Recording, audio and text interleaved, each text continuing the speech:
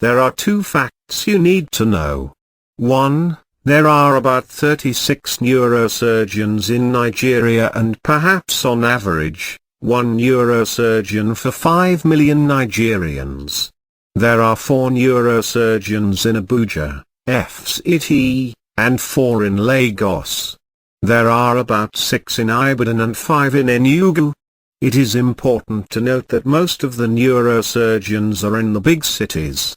This means that the vast majority of Nigerians, especially in the rural areas, have no access to neurological services.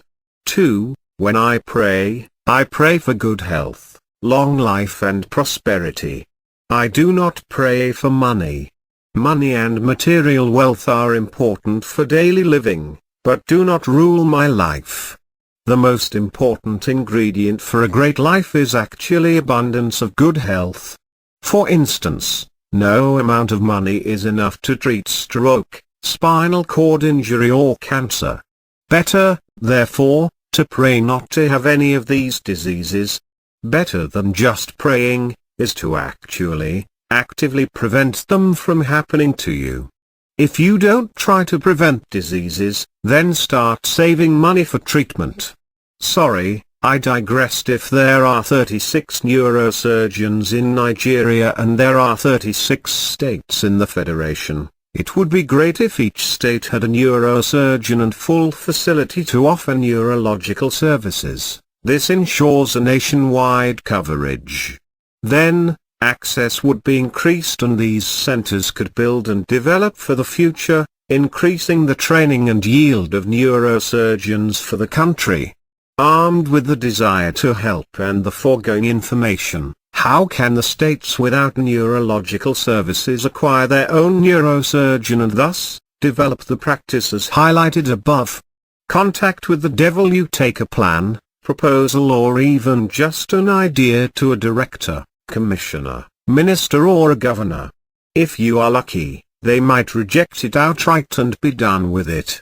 If not, they might reject it and then surreptitiously rebrand it, and implement it as their own creation. They may, very, very rarely, adopt the plan and move swiftly to implementation.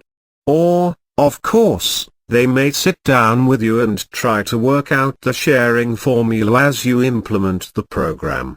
That is crunch time. Dinner with the devil. Our people in positions of authority appear to be instinctively corrupt and do not seem to have the interest of Nigerians at heart. There is apparently systematic corruption inbuilt to fail Nigeria at every level. Many people now have a medical condition called "what is in it for me" syndrome.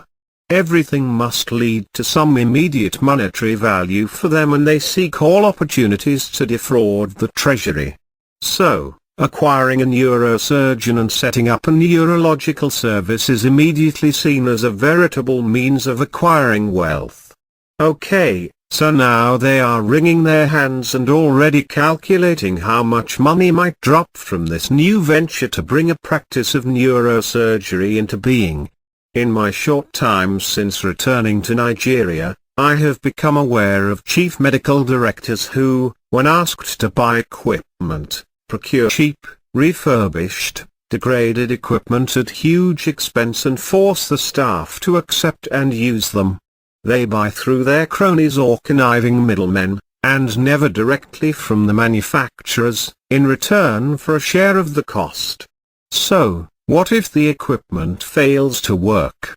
It means the contract has to be re-awarded, more money to share. At the expense of fellow Nigerians. There is a state in Nigeria which has employed foreign doctors as specialists in its hospitals. These people are paid in dollars for providing substandard care for the people. But, of course, some officials are benefiting from the misery of the people. Foreign fodder. Many Nigerian neurosurgeons and other doctors in the diaspora are eager to return home to help. The few that have made the effort have been frustrated at the dinner table of the devil. The returning Nigerian doctors are not made to feel welcome. Many are treated as foreign fodder, used and abused. Should we not be creating a favorable environment for these trained doctors to come in and contribute to the development of the health sector, which we all agree is in a shambles? Coming back home creates more jobs for the average Nigerian. The doctors come back with skills and funds to open new practices, explore new ideas and new treatments. They can also increase the employment of nurses and other allied staff, thereby creating more jobs for youths. But to work in the public sector means dining with the devil.